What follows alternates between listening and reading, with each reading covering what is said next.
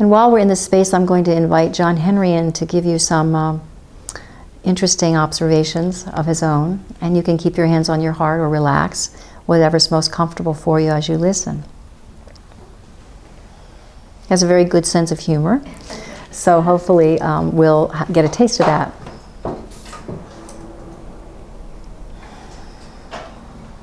So the first thing that starts to happen is that we notice other people that are more in their hearts. We notice other people who have a tendency to be afraid or to lack their own confidence about something. And we realize that all we really need to do is go into our heart, put them into our heart with us, and they begin to have this sustainable energy that actually begins to come together and aggregate and grow and expand. So the people that we know and love that come together with us fortify this experience of recognizing how the heart helps the world heal. The idea here about HeartThread is that we do not fix people. We offer them the experience of wholeness from their own body, the messages that are already in wholeness from the unconscious. The divinity that you carry, the energy of awareness that you bring, the truth of what you know, the wisdom that is so beautiful around each of you. And that starts to become more prominent because as we do a HeartThread session, these energies within us start to rise. These conscious spaces of truth become more conscious. The unconscious spaces of dilemma begin to be revealed, but there's no processing in it. It's just one after the other begins to formulate this understanding that all we are is grace, all we are is love, all we are is this divine energy of light. And so as the session moves forward, as we work with people with HeartThread or we walk around the world and use HeartThread, everything gets lighter. It gets freer. It gets more available.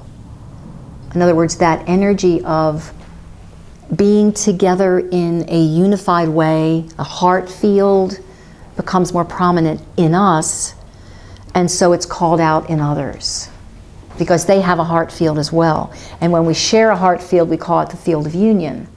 And then when we live a heart field of union, we've got it made because there's no necessity to define ourselves as separate or identify ourselves or compete with each other or have any of those emotions that feel so raunchy in our bodies. So in the studies that I've done throughout many, many, many generations of healers and helpers and avatars, the thread of the heart is the most consistent way in which healing the whole space of being in the body, emotion, mind, and spirit has been possible. So this possibility now for us to walk around and have a completely balanced system gets stronger and stronger as we go. And the awareness that happens from the heart is not just unconditional, it's this finite, intergalactic space, actually, that isn't limited to this earth, to the dimensions around the earth, to the consciousness of all of other beings. It's everything. So in my studies, I've learned that the heart is central to all life anywhere, all consciousness anywhere. So it's activating all the time to help us remember that we're not separate. We belong to this huge cosmos. And the foundation that actualizes that is this location of the heart itself. So that we don't have to imagine that there's something that a condition we have to meet in order to be able to utilize this heart space. So I have for many years now encouraged what I call the army of the heart. And that has to do with everyone activating the energy in their own hearts. And the purpose of that is not just to create a unified space, not just to open out so that we feel less separate, there's an idea here that in the consciousness of the heart, we can broadcast this sensitivity to being unified together, and unify that together again in thought, and then unify that again in all of our body systems, so that what we end up actualizing here is a force of light and love that goes everywhere in the world. Now, the army of the heart has a condition. And it's a condition that most people find in their mind unacceptable. And the idea here is this, that victims and perpetrators are treated equally. That we do not take sides about actions that happen. We do not separate around what it is that occurs and decide who is good and who's bad in any situation. We hold this threshold of the heart for all beings, no matter what's happening. So the army of the heart is about holding a space of love regardless. And many people have taken a vow to do that. Some people in this room have taken a vow to do that. To understand that there is actually a way that love from this base space of the heart heals the separation between victims and perpetrators. Actually erases the idea of good and bad, right and wrong, up and down, in and out, and so forth. It's leveling that playing field. So you have an invitation to become part of the army of the heart. And the way that tool would work in today's society is very simple. President Trump and anybody else. Anybody that he is tweeting about, anybody else that he's having an issue with. And not taking sides anymore. Not deciding who's right or wrong.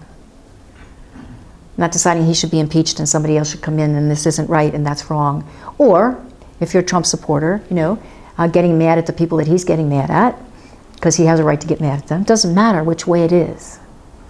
Does that make sense to you? Yes. You see? Because as soon as we stop doing that, there's this, the two sides that are pushing and straining apart, come right into the center, and we can hold both in this heart of the one, this one heart. And as we hold them, all kinds of miracles, magic can happen, this miraculous energy. And yes, then there's acceptance and forgiveness and understanding and all kinds of other things, but we're not trying to make that happen. We're not in charge of how peace occurs. We're just making this intention that we're holding something so sacred that all life can abide within it. Now feel that. If the world was adjusted so that all life felt held and sustained and open and restored. All life felt as if it had value. It was being listened to and heard and acknowledged. You were being listened to and heard and acknowledged, and were listening and according everyone else without exception. What happens is what's called the congruent wave. All of this incongruence. Instead of acknowledging it's incongruent, we say, come into congruence. Come into congruence. Be aligned with everything that is. Let's live that way. So in the HeartThread training, in the HeartThread process, in the HeartThread idea, is the future of humanity. It's the way we know the scriptures tell us to be. The spiritual modalities and pathways and lineages and epistemologies all tell us to be. Be balanced, non-judgmental, And we go into it, however, a little bit differently, in the sense that we're just going to hold a container for whatever's there. And we know when we hold that container that everything inside that container is elevated in its consciousness. Because there's no judgment, there's no separation, there's no na, you know, there's just that sense of being present with what's there. And a lot of times we'll respond to what's happened primarily or initially with challenge. Like we'll say, ooh, you know, oh, you know, different levels depending on what we're hearing, right? And then we go, oh, I remember now. I'm just going to hold this. I'm going to hold all the sides, all the situations, all the goods, all the bads, everything that's there. I'm just going to hold it all. And when I hold it, it sees what it's doing more easily, knows that there's another way to be, and what's offered underneath all of that is this truth of oneness. But many times we don't even speak it. We don't try to convince anybody of it. We're not prophets. We're not out there, you know, knocking on doors. Would you please look at this brochure that I have and see if you might want to do, because I have this, you know, we don't do proselytizing. I don't think we do anyway. What we really do is hold that energy so people can feel it, acknowledge how important it is, and one more thing, acknowledge how much they would love to be part of that. They would love to be part of a world that lived that way, that made those choices, and that supported this entire framework of oneness through interconnection. You know, Indra's net, you know, this sense of wow, the amazing diversity of all that is. So I have hope. You know, I've been human enough to know that hope is a very important thing. And I have hope that as each of you carries your heart more consciously, that your lives will get easier. That the things that you fear will dissipate and show you that you don't have to be afraid. That the things that you judge, you have an insight into, so that you can recognize what created that situation in some way, and you can rest in the knowing that it's resolving. I wish for each of us and have hope for each of us to carry these principles into each interaction, so that when there's a thorn in the side, we stop. Instead of giving somebody the bird, which Karen and the one speaking got the other day from a car driver, instead of having that kind of reaction to, you know, ourselves, even if we don't put up that finger, we understand that, oh, there's another response we can have. There's another reason that this all happened. What's it reminding me of? How can I go into that place in myself that's so magnificent? And that is a choice to go into that magnificent place. Sometimes we have these patterns, they're very strong, and HeartThread works them out, of course, but you know, we do have these patterns of, I want it this way, I want to control it, I don't want it different, this is who I am, and you know, blast the rest. So at that energy, you see, we recognize, oh, actually, the more I'm in my heart, the less familiar that feels, the less I want to have that reality, and the more I want to open my arms and be inclusive. So all of these things begin to recognize in each situation how we might bring forth a different result by being just more in our heart.